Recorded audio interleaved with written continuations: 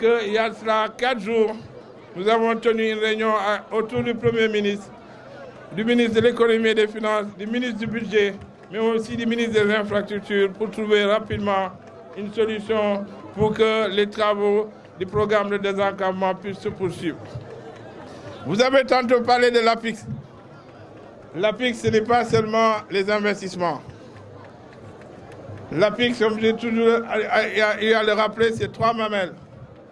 D'abord, la promotion de l'investissement. C'est dans ce cadre que nous avons installé l'antenne de Ziguinchor qui polarise les régions sud, celle de Ziguinchor, la région de Sédhiou, mais aussi la région de Kolda. Nous en avons une au niveau de Saint-Louis. Nous en avons aussi une autre au niveau de Sali. En plus des bureaux régionaux de Tambacounda, de Louga, de Touba, mais aussi de Kaolack.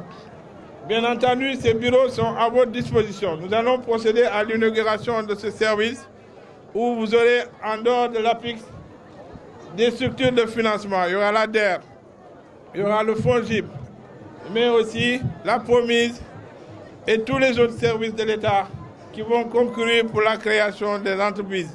C'est un guichet unique que nous allons y installer pour le bénéfice de l'ensemble des jeunes de l'arrondissement, l'ensemble des jeunes du département, l'ensemble des jeunes de la région qui sont à la recherche d'emploi, mais aussi qui sont porteurs de projets que nous allons accompagner.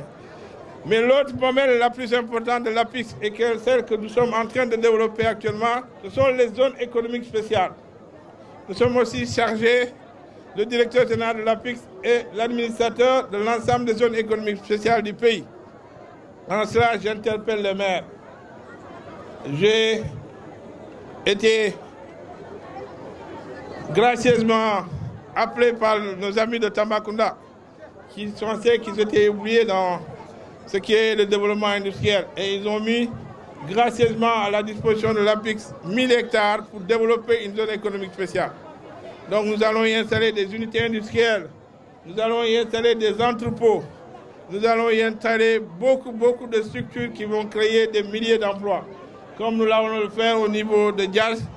Et je pense que dans 10 jours, en compagnie du Premier ministre, nous allons procéder au lancement des travaux. Par conséquent, je vous invite, vous les maires, à faire des délibérations et à mettre à la disposition de l'APIX des zones, même si c'est 50 hectares, nous nous chargerons de l'aménager, mais aussi d'y amener des entreprises et des industries pour développer vos zones. La région de Casamance est une région frontalière et sachez que nous sommes totalement à votre disposition.